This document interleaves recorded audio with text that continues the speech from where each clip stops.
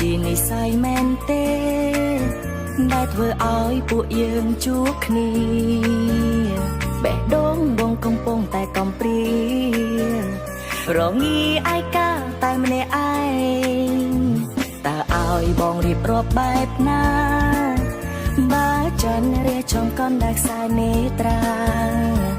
តើគូធ្វើយ៉ាងណាគូធ្វើយ៉ាងណាទៅណ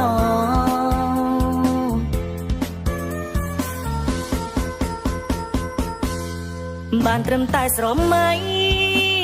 ថាបានធ្វើជាសង្សារមានស្ងួនពិភពលោកស្រស់បំប្រងពេលមានអូននៅក្បែរសែនកក់ក្ដៅពេលនេះបងចង់ប្រាប់អូនថា I love you មិនហ៊ានទុកយូរខ្លាចគេឆក់បាត់ត្រានត្រើយបេះដូងមួយនាងពេញចិត្តខ្លាំងខ្លាំងណាស់ត្រានត្រើយចង់ឲ្យអូនតបឆ្លើយពី love you too កុំកាត់យូរពេកបងខ្លាចទឹកភ្នែកម្នាក់ឯងមិនចេះសំដែងជារឿងតែមែន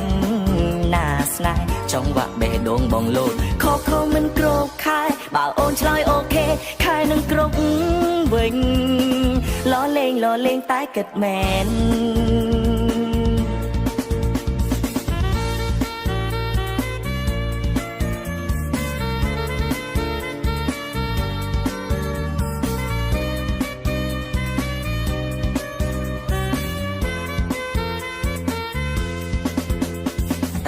ឲ្យបងរៀបរាប់បែបណា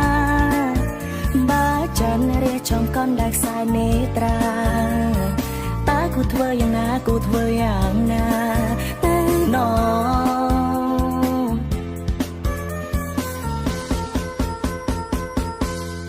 បានត្រឹមតែស្រមៃថា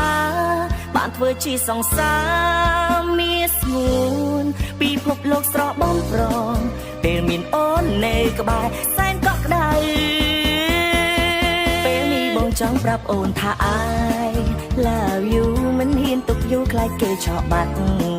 ត្រានត្រើយបេះដូងមួយនាងពេញចិត្តខ្លាំងខ្លាំងណាស់ត្រានត្រើយចង់ឲ្យអូនតបឆ្លើយពី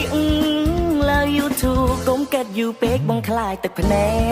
កម្នាក់ឯងមិនចេះសំដែងជារឿងតែមែនណាស្នេហ៍ចង់វាក់បេះដូងបងលោតខកខំមិនគ្រប់ខែបើអូនឆ្លើយអូខេខែនឹងគ្រប់វិញលលេងតែគិតមែនបានត្រឹមតែស្រមៃថាបានធ្វើជាសង្សារមានស្ងួ